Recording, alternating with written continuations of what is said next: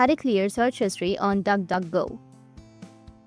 So if you want to clear the search history on DuckDuckGo, then what you need to do is just watch this video.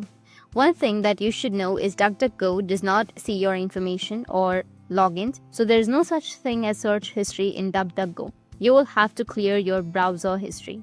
So go ahead and open up the DuckDuckGo application on your device and tap on the settings option, or you can go with the three dots which is on the top right and then go with settings. Now go ahead and scroll down to the privacy tab, and under privacy you will see the option of automatically clear data, or tap on data clearing, and here you will have automatically clear data.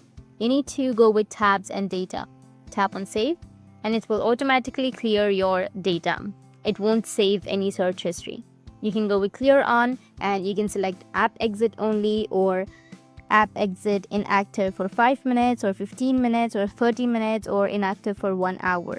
So I'll go with 5 minutes, go with save, and that's it. You can go back and it will automatically clear your data.